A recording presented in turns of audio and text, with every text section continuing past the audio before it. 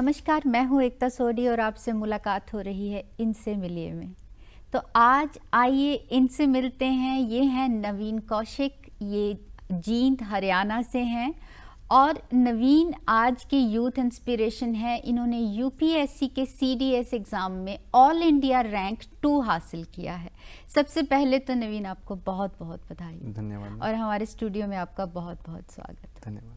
इससे पहले कि हम आगे की बातचीत शुरू करें, हम बताना चाहेंगे कि आज का हमारा पूरा जो ये एपिसोड है ये डेडिकेटेड है हमारे यूथ की इंस्पिरेशन के लिए, यूथ को मोटिवेट करने के लिए। बहुत सारी बातें करेंगे और नवीन हमें बहुत सारे छोटे छोटे जो डाउट्स होते हैं उन पर जवाब देंगे, हमें रोशनी डालेंगे कि किस तरह से यूथ को अपनी जर्नी को आगे बढ़ाना चाहिए। शुरू यहीं से करेंगे कि नवीन एक गाँव को बिलोंग करते हैं जहाँ उन्होंने अपनी बेसिक एजुकेशन अपनी +2 की है और उसके बाद उन्होंने इरादा किया मूव करने का, गांव से शहर में अपनी पढ़ाई को आगे ले जाने का।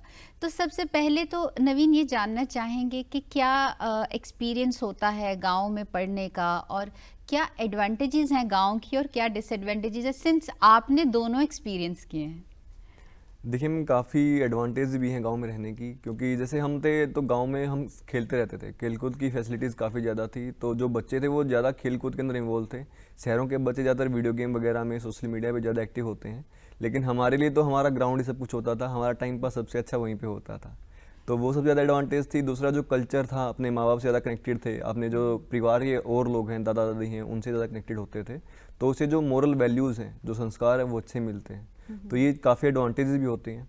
डिसएडवांटेजेस तो नॉर्मल होती हैं कि थोड़ा सा फैसिलिटीज़ कम होती हैं, एजुकेशन की, इंटरनेट की, इलेक्ट्रिसिटी वगैरह की, तो वो तो डिसएडवांटेजेस होती थी, दिक्कतें आती थी।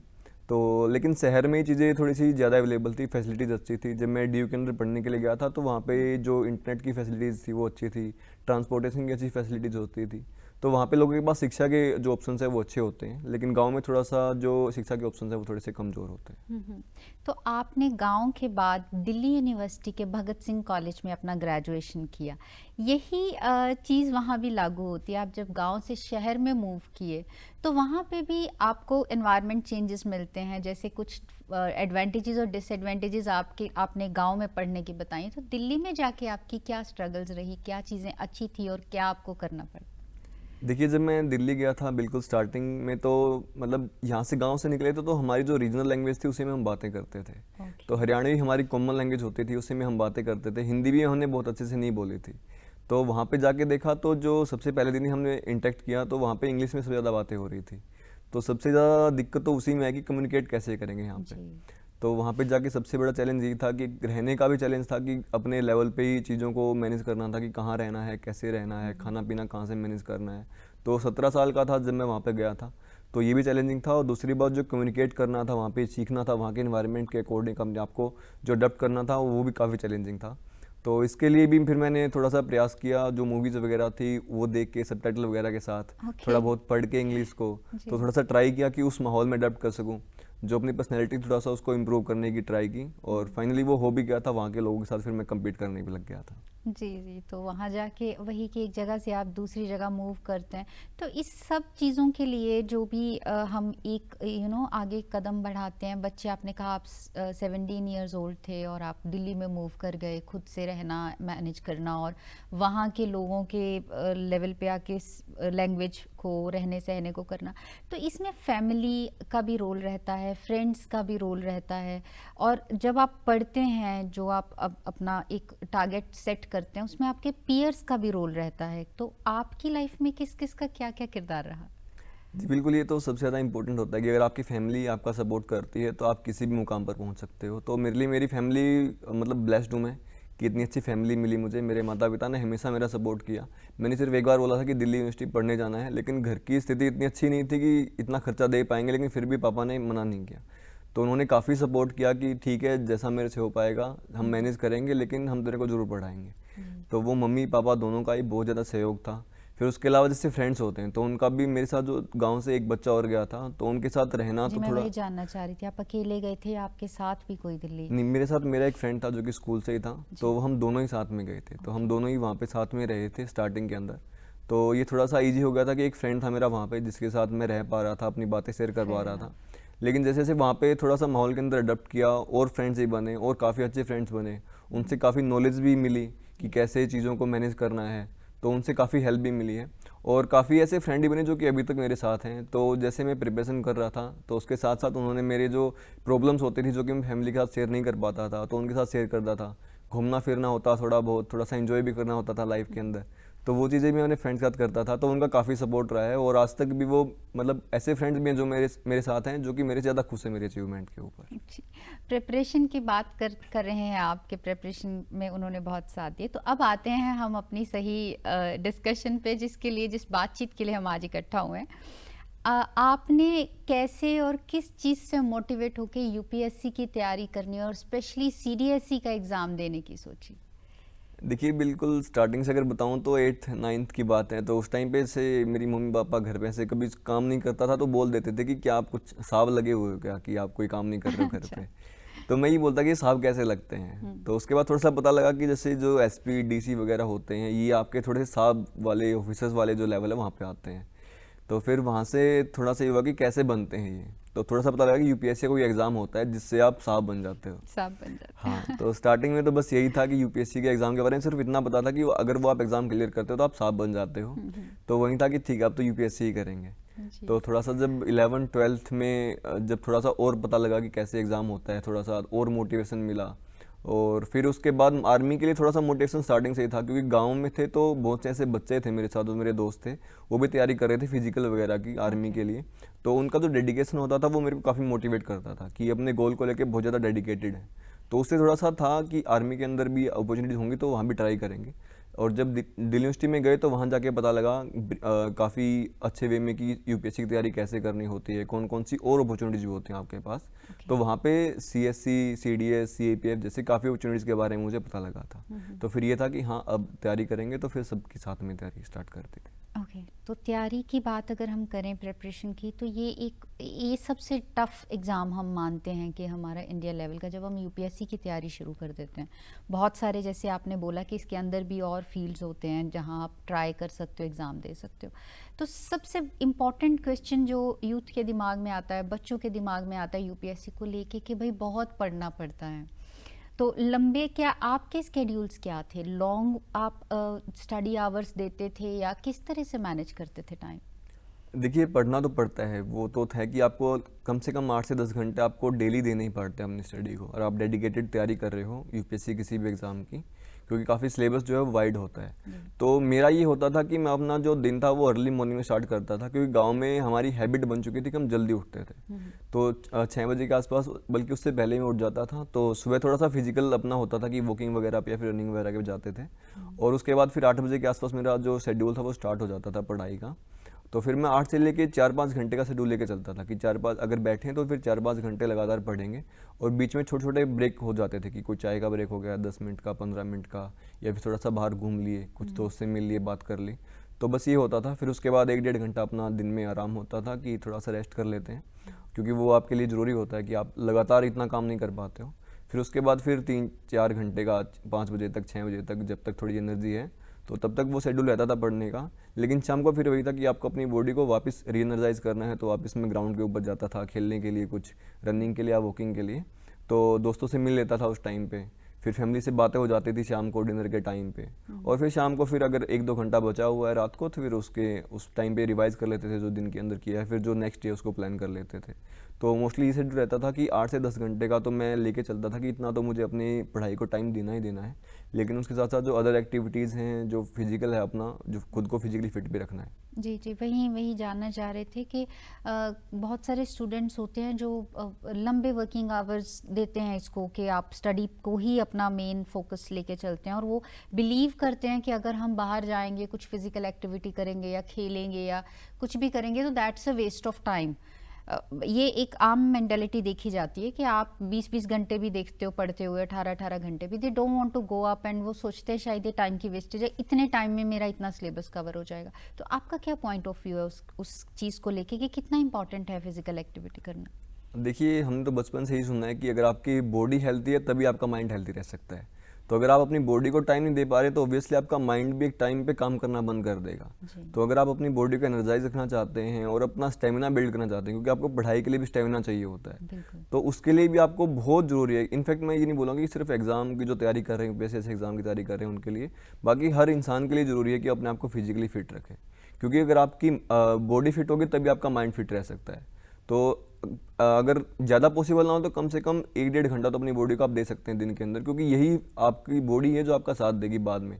क्योंकि जब एग्ज़ाम का टाइम आता है उस टाइम पे आपकी बॉडी को और ज़्यादा स्टेमिना चाहिए होता है, एनर्जी ज़्यादा चाहिए होती है। तो ये आपके एक तो भूख वगैरह को अच्छा रखता है, आप अच्छा खाते हो, अच्छा सोचते हो, तो उससे आपका माइंड काफ़ी हेल्थी रहता है और उसके साथ साथ फिर आपकी बॉडी भी हेल्थी रहती है। हाँ करेक्ट, उतना ज़्यादा आपको वो फ्रेशनेस मिलती है ताकि आप और कंज्यूम कर सको जो पढ़ रहे हो। ये तो हमारी फिजिकल हेल्थ की बात हो गई। अब अगर हम बात करें साइकोलॉजिकल या मेंटल हेल्थ की, तो जैसे आपका एग्ज़ाम क्लियर हुआ है, finally you have got it, है ना? और जहाँ तक मैं आपको सुन चुकी हूँ, आपने आईएएस का एग्ज़ाम भी दे रखा है एंड रिज़ल्ट शायद अवेटिंग है। तो इस जर्नी में ये साल, 2 साल, 4 साल, हर इंसान की अलग ड्यूरेशन की जर्नी रहती है। खुद को मोटिवेटेड रखना इज़ अ बिग चैलेंज, जो आज की यूथ में हम देखते हैं कि बहुत कुछ इंसिडेंट्स हो जाते हैं बिकॉज़ वो मोटिवेटेड नहीं रह पाते हैं। तो उसके लिए क्या करना चाहिए, उसके बारे में आपका क्या कहना है? देखिए, मोटिवेट रहना इतने लंबे टाइम के लिए काफ़ी मुश्किल होता है। मेरे लिए भी काफ़ी मुश्किल था, क्योंकि बहुत बार ऐसे होता था कि एग्ज़ाम क्लियर नहीं हुआ है तो उस टाइम पे ऐसे होता था दिमाग में कि कुछ और कर लेते हैं, छोड़ देते हैं। लेकिन एक तो मेरी फैमिली मेरे साथ थी, पहली बात तो उन्होंने कभी मेरा साथ नहीं छोड़ा। लेकिन दूसरी बात, अपने आप को मोटिवेट रखना बहुत ज़रूरी होता है, क्योंकि आपका एक गोल क्लियर होना चाहिए कि अगर आपको एक गोल तक पहुँचना है, एक आपने एम बना लिया लाइफ के अंदर कि आपको ये अचीव करना है, तो उसमें आपका टाइम लगेगा ही लगेगा। हो सकता है आप एक बार फेल होंगे, 2 बार फेल होंगे, लेकिन अगर आपने डेडिकेटेडली मेहनत की है उस चीज़ के लिए तो आप ज़रूर उसमें सफल हो जाएंगे। लेकिन थोड़ा सा पेशेंस होना चाहिए। और दूसरी बात मैं कहूँगा, अगर आपको ऐसे रहना है कि मेरे को गोल बना लिया आपने, लेकिन साथ के साथ एक बैकअप जरूर रखिए, 1 या 2 ऑप्शंस अपने पास जरूर रखिए जहाँ पे आप अपना और टाइम दे सकें।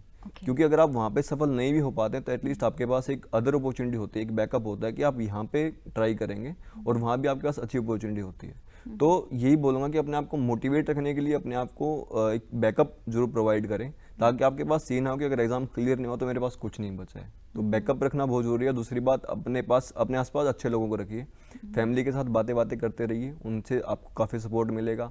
आपके फ्रेंड्स अच्छे रखिए जो कि आपको सपोर्ट करे टाइम टू टाइम, तो वो चीज़ आपकी ज़्यादा मैटर करती है। या कि आपके पास एक बैकअप प्लान हो तो आप उस लेवल तक डीमोटिवेट नहीं होंगे कि आपकी मोटिवेशन ही ख़त्म हो जाए। और हम चाहें या ना चाहें, जैसे आपने कहा कि अगर एक बार एग्ज़ाम क्लियर नहीं होता तो हम बहुत ज़्यादा स्ट्रेस में आ जाते हैं, तो क्या करना चाहिए स्ट्रेस को मैनेज करने के लिए या इस तरह के तनाव के साथ दो हाथ करने के लिए? आप क्या किया करते थे? देखिए, जैसे मैंने अभी मेंशन भी किया था कि अगर आपकी बॉडी हेल्थी है तभी आपका माइंड हेल्थी हो सकता है। तो मेरे लिए तो यही था कि अगर स्ट्रेस बिल्ड हो रहा है तो जाओ, घूम फिर के आओ, थोड़ा सा वॉकिंग करके आओ, रनिंग करके आओ, अपनी बॉडी को थका दो और आप बढ़िया स्ट्रेस से फ्री हो जाओगे। तो मेरे लिए तो वही था। दूसरा, आपके जो फ्रेंड्स होते हैं वो भी आपकी बहुत हेल्प करते हैं। और स्ट्रेस के लिए मैं बोलूँगा कि थोड़ा सा मैंने मेडिटेशन भी ट्राई किया था, क्योंकि वो चीज़ें भी आपकी ज़रूरी होती है मेंटल हेल्थ के लिए। आपको थोड़ी सी कामनेस प्रोवाइड करते हैं, थोड़ा सा आपके जो थॉट्स हैं उन्हें क्लियर कर देते हैं। और एक मैं अपने पास एक डायरी रखता था कि जैसे भी अगर मेरे कोई फीलिंग होती थी, कोई नेगेटिव फीलिंग्स आ रही हैं, कुछ ऐसा हो रहा है, कुछ फील हो रहा है, तो मैं अपने पास एक डायरी रखता था, उसके अंदर अपनी फीलिंग्स को नोट डाउन कर लेता था। तो उससे वो जो मेरे अंदर की फीलिंग्स थी वो निकल जाती थी और फिर अपने आप को सेल्फ मोटिवेट करता था कि एंड में, डायरी के एंड में, कि ठीक है ये तो हो गया, लेकिन अभी आगे क्या करना है, अभी आगे अब अच्छा करना है और पढ़ना है, मेहनत ज़्यादा करनी है इससे। तो ऐसे सेल्फ मोटिवेशन भी मतलब मैं मानता हूँ कि वो काफ़ी हेल्प करता है आपकी। जी, अलग अलग तरीके हो सकते हैं। This is one of the way कि आप लिख लो उस चीज़ को एंड देन फिर खुद को इस चीज़ से उठाने की कोशिश करो।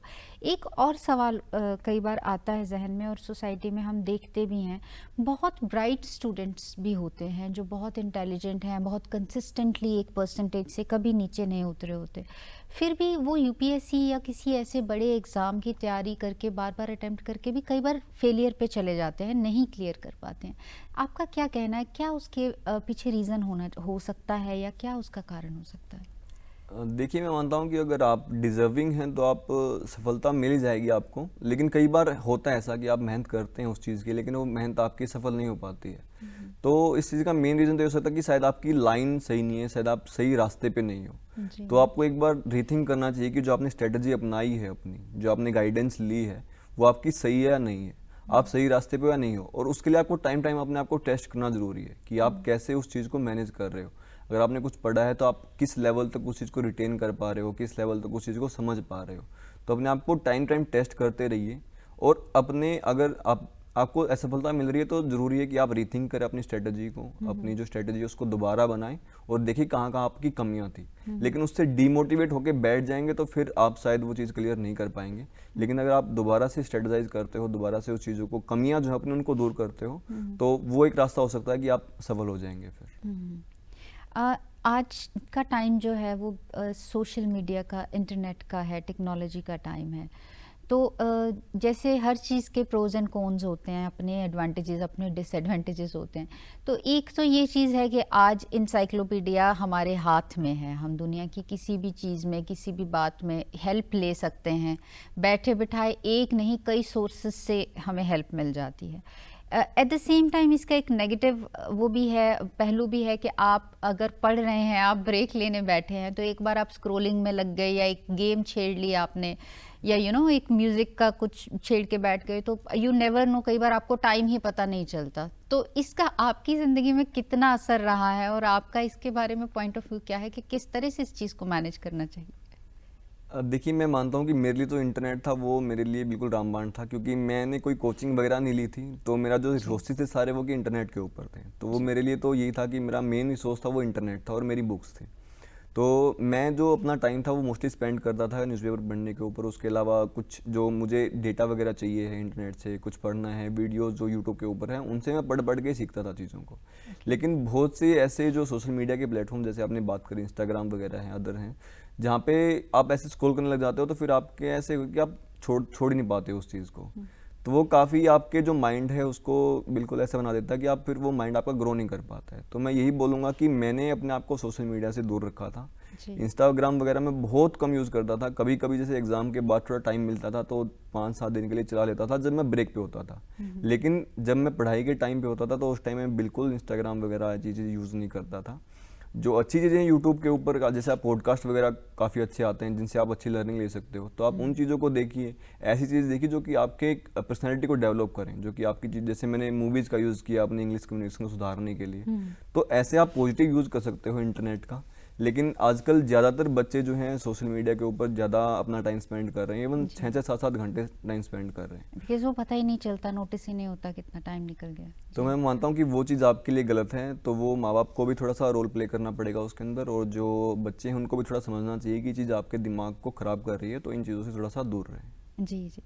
अभी आप बात कर रहे थे कि आप सेल्फ कोच कर रहे थे खुद को, तो उसी से हम जानना चाहेंगे कि कोचिंग का एक मेजर रोल माना जाता है यूपीएससी या किसी भी बड़े एग्ज़ाम, कॉम्पिटिटिव एग्ज़ाम को क्रैक करने के लिए समझा जाता है कि उसके बिना पॉसिबल ही नहीं है। तो पहला टारगेट यही होता है कि एक अच्छा कोचिंग सेंटर ढूंढा जाए, एक अच्छी जगह पे जो रेप्यूटेड हो, जिसका कुछ अच्छा हिस्ट्री हो, and versus at the same time self study, जो लोग खुद भी पढ़ लेते हैं। जैसे आप एक एग्जाम्पल हैं कि आपने कोचिंग नहीं लिया, आपने खुद से पेपर क्रैक किया है और बहुत जल्दी क्रैक किया है। तो आपका इसके बारे में क्या पॉइंट ऑफ व्यू है कि कोचिंग वर्सेस सेल्फ स्टडी को अगर हम कंपेयर करें? देखिए, दो चीज़ें होती है, कोचिंग होती है, आपकी गाइडेंस होती है। तो मैं मानता हूँ गाइडेंस आपकी बहुत ज़्यादा ज़रूरी है, कि अगर आपके पास कोई गाइड है आपको बताने वाला कि आपको क्या पढ़ना है क्या नहीं पढ़ना है, तो ये चीज़ें गाइड करने वाला कोई है आपके पास तो वो बहुत अच्छा है आपके पास। लेकिन जैसे कोचिंग है, उनकी फीसेस बहुत ज़्यादा हैं आजकल, तो उनकी वजह से सब बच्चे उसी को अफोर्ड नहीं कर पाते। अगर आपके पास रिसोर्सेज हैं, अगर आप अफोर्ड कर पा रहे हैं तो ठीक है, आप कोचिंग ले सकते हैं, गाइडेंस ले सकते हैं। लेकिन ऐसा नहीं है कि अगर आप गाइडेंस नहीं ले रहे हैं, कोचिंग नहीं ले रहे हैं, तो आप क्लियर ही नहीं कर पाओगे।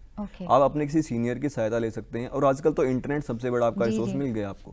यूट्यूब के ऊपर आपको हर चीज़ मिल जा रही है। एआई के जो टूल्स हैं उन्होंने काफ़ी ईजी कर दिया है चीज़ों को समझना। तो उन चीज़ों का यूज़ करके आप रिसोर्सेज कौन कौन से हैं वो फाइंड आउट कर सकते हो, क्या क्या आपको पढ़ना है क्या नहीं पढ़ना है। इवन जो टॉपर्स हैं वो भी हर एग्जाम के बारे में आपको डिटेल में बता देते हैं यूट्यूब के ऊपर कि कैसे आपको पढ़ना है, किन चीज़ों का आपको पढ़ना है, किन को नहीं पढ़ना है। हाँ, थोड़ी सी मेहनत आपको ज़्यादा करनी पड़ेगी कंपैरेटिवली, लेकिन ऐसा नहीं है कि आप बिना कोचिंग के एग्ज़ाम क्लियर नहीं कर पाओगे। मेरा ऑल इंडिया रैंक सेकंड आया है, तो मैं ये बोल सकता हूँ कि अगर मैं बिना कोचिंग के ऑल इंडिया रैंक सेकंड लेके आ सकता हूँ तो कोई और भी लेके आ सकता है। बिना कोचिंग के लेके आ सकते हो आप। लेकिन हाँ, गाइडेंस के लिए आप इंटरनेट का, अपने सीनियर्स का, या फिर कोई आपके रिलेटिव है उनका आप सहयोग ले सकते हो। जी, जी, जी। पहले तो आपने अभी ज़िक्र किया तो हम अपने ऑडियंस को बता दें, अपने व्यूअर्स को बता दें कि नवीन का जो है रैंक ऑल इंडिया रैंक है वो सेकंड है सीडीएसई के एग्ज़ाम में। तो उस पे हम आपको बहुत-बहुत बधाई भी देते हैं। थैंक तो इतना जानना चाहेंगे कि अभी आपने कुछ चीज़ों का ज़िक्र किया कि आप पॉडकास्ट्स सुनते हैं, आपने इंग्लिश सीरीज़ या मूवीज़ देख के अपनी कम्युनिकेशन स्किल्स को एनहांस किया, अकॉर्डिंग टू द एनवायरनमेंट किया। तो और क्या-क्या हॉबीज़ हैं आपकी? मेन तो ये थी खेलना कूदना होता था एक तो, कि जी। कुछ फ्री टाइम मिल रहा है तो सीधी बात थी ग्राउंड के ऊपर जाओ। स्पेसिफिकली कौन सी गेम? स्पेसिफिक मैं स्कूल के अंदर और कॉलेज के अंदर कबड्डी खेलता था। स्कूल की टीम में भी था मैं, डिस्ट्रिक्ट खेला हूँ यहाँ पे भी, और कॉलेज ओके। की टीम में भी था मैं, कबड्डी की टीम में। जी, उसके अलावा भी जनरली हम क्रिकेट खेलते ही थे गांव के अंदर भी, कॉलेज के अंदर भी। जी। और अभी गांव के अंदर वॉलीबॉल खेलते हैं रोज शाम हुँ, को, तो वो हमारा डेली रूटीन होता है कि अगर आपके पास फ्री टाइम है तो हम खेलने चले जाते हैं जी। ग्राउंड के अंदर।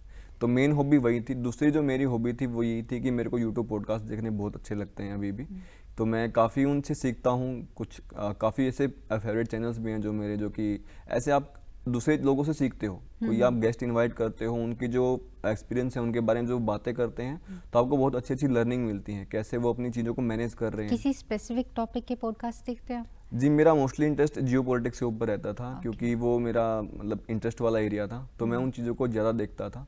तो मेनली फोकस था जियो पॉलिटिक्स पे, और दूसरा आर्मी के जो पॉडकास्ट होते थे उनके ऊपर रहता था, कि जो आर्मी के जो ऑफिसर्स थे उनके बारे में कई बार आते थे, तो जी। उनके एक्सपीरियंसेस सुन के जो थ्रिल मिलता था, जैसे मैं इमेजिन करता था कि मैं भी ऐसे एक्सपीरियंस करूँगा कभी लाइफ के अंदर, तो वो चीज़ें मैं ज़्यादा देखता था। और दूसरा फिर मूवीज़ और वेब सीरीज़ वगैरह, जैसे मैंने अभी बात की, तो उनका मेन यूज़ मैं अपने कम्युनिकेशन के लिए करता था, जो अपनी इंग्लिश सुधारने के लिए मैंने उनका ज़्यादा यूज़ किया था। तो मेनली गेम्स खेलते हैं और सब कुछ कनेक्टेड ही है बेसिकली, वही कि आपको सारी चीज़ें उसी तरफ इंस्पायर कर रही थी। अब सिंस आपने रैंक ऑल इंडिया रैंक 2 लिया है और आप जींद के हमारे एक गांव से हैं, अहिरका से, तो अब आपको देखा जाए तो आप अहिरका के ब्रांड एम्बेसडर की तरह अब सामने आए हैं कि आपने करके दिखाया है और आप वहाँ के बच्चों के लिए, आने वाली जनरेशन यूथ के लिए एक इंस्पिरेशन बन चुके हैं। तो आप अब वहाँ जाते हैं तो आप को वो लुकिंग अप टू यू कि आपके जैसे बनना है वाली इंस्पिरेशन एक होती होगी। तो आपके क्या फ्यूचर प्लान्स हैं अपने गांव में? कैसे, किस तरह आप और बच्चों को मोटिवेट करना चाहेंगे या क्या चेंजेस लाना चाहेंगे? देखिए, मानता हूँ कि गाँव के जो बच्चे हैं उन्हें मेहनत करने की कमी नहीं है, बल्कि वो शहर के बच्चों से ज़्यादा मेहनत करने वाले मिल जाएंगे। मैंने खुद मेरे से ज़्यादा मेहनत करने वाले बच्चे देखे हैं मेरे गांव के अंदर। जी। लेकिन सबसे बड़ी दिक्कत ये कि उनके पास अवेयरनेस की कमी है, और दूसरा उनके अंदर कॉन्फिडेंस की कमी है, कि वो मानते हैं कि यूपीएससी जैसे एग्ज़ाम है, सीडीएस जैसे एग्ज़ाम है, ये हमारे लेवल के एग्ज़ाम्स नहीं है। तो मैं ये चाहता हूँ कि जैसे जितना मेरे पास अभी नॉलेज है, जितना मैं हेल्प कर पाऊँगा, जो मेरे गांव के गवर्नमेंट स्कूल्स हैं, आसपास के गांव के गवर्नमेंट स्कूल हैं, या फिर जो प्राइवेट स्कूल हैं, वहाँ पे जाके थोड़ा सा बच्चों को बता सकूँ कि एटलीस्ट आपको 10th 12th के बाद आपके पास क्या क्या अपॉर्चुनिटीज़ होती हैं। तो अगर वो उन बच्चों को पता होंगी तो वो अपने आप डिसाइड कर पाएंगे कि उनको किस लाइन के अंदर जाना है, किस फील्ड के अंदर जाना है। तो मैं चाहता हूँ कि मैं अपने लेवल पे जितना हो सके अपनी नॉलेज है उसका यूज़ करके उन बच्चों की हेल्प कर पाऊँ, जो स्कूल के बच्चे, इनफैक्ट जो 10th और 12th के बच्चे हैं, उनको गाइड कर पाऊँ कि कहाँ वो जा सकते हैं, कौन कौन सी अपॉर्चुनिटी उनके पास है। तो उसके लिए आप के कुछ प्लान्स भी हैं कि आप भी पॉडकास्ट करना चाहेंगे या आप वहाँ कुछ कुछ ऐसा कुछ प्रोविज़न करना चाहेंगे कि ऐसा एक ऑफिस, एक जगह जहाँ पर बच्चे आएँ और हेल्प ले सकें, या स्कूल्स में कुछ और इंट्रोड्यूस किया जा सके? मैं चाहता हूँ कि जितना मैं पर्सनली बच्चों से कनेक्ट हो सकूँ उतना ज़्यादा अच्छा होगा। तो मैं ट्राई करूँगा कि मैं खुद पर्सनल लेवल पे स्कूल को विजिट करूँ, या फिर ऐसा कुछ ऐसी फैसिलिटी हो कि वो खुद मेरे पास आ सकें, अगर किसी को गाइडेंस चाहिए हो जी। तो मैं अपने गांव के अंदर या फिर शहर के अंदर ऐसा कोई माहौल बना सकूँ कि वो खुद आके मेरे पास गाइडेंस ले सकें। ओके। या फिर मैं खुद जाके किसी कॉलेज के अंदर, जितना मेरे को पता है, जितना मैं बच्चों को मोटिवेट कर सकूँ, जितना उनको गाइड कर सकूँ, तो मैं चाहता हूँ कि मैं खुद पर्सनली जाके उनसे बातें करूँ। जी, जी। नवीन, आपसे बात करके बहुत अच्छा लगा, बहुत इंस्पायरिंग है आपकी जर्नी, और हम उम्मीद करते हैं कि हमारे सुनने वाले, देखने वाले यूथ के लिए भी बहुत सारे सवालों के जवाब मिले होंगे। वो छोटी-छोटी चीज़ें ही होती हैं, जो गाइड करने वाला कोई मिल जाए तो हमारी आगे की जर्नी आसान हो जाती है, हमें एक एग्ज़ाम्पल मिल जाती है, और नवीन ने वो एग्ज़ाम्पल ऑलरेडी बहुत खूबसूरती से सेट की है। उम्मीद करते हैं कि हमारी यूथ इस हमारी आज की इंटरव्यू को सुनेंगे, उससे इंस्पायर होंगे और अपने आगे के रास्ते, अपनी जर्नी को चुनेंगे। आज के इनसे मिलिए में इतना ही समय इजाज़त दे रहा है। आई होप हमारे यूथ, हमारे व्यूअर्स के लिए बहुत सारी चीज़ों के जवाब मिले होंगे, उनको बहुत सारी क्लैरिटीज़ मिली होंगी।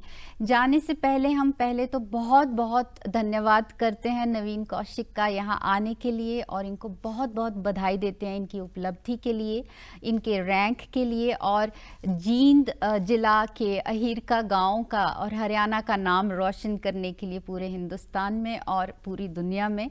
और हम मानते हैं कि इनकी आगे की जर्नी बहुत ही इंस्पिरेशनल होगी, जिस तरह से अब तक की जर्नी रही है। इसके साथ ही नवीन, आपका बहुत बहुत धन्यवाद, और आप सबका भी। आप हमें रिपीट पे देख सकते हैं हमारे YouTube चैनल पर। आज के लिए इतना ही, हमें दीजिए इजाज़त। नमस्कार।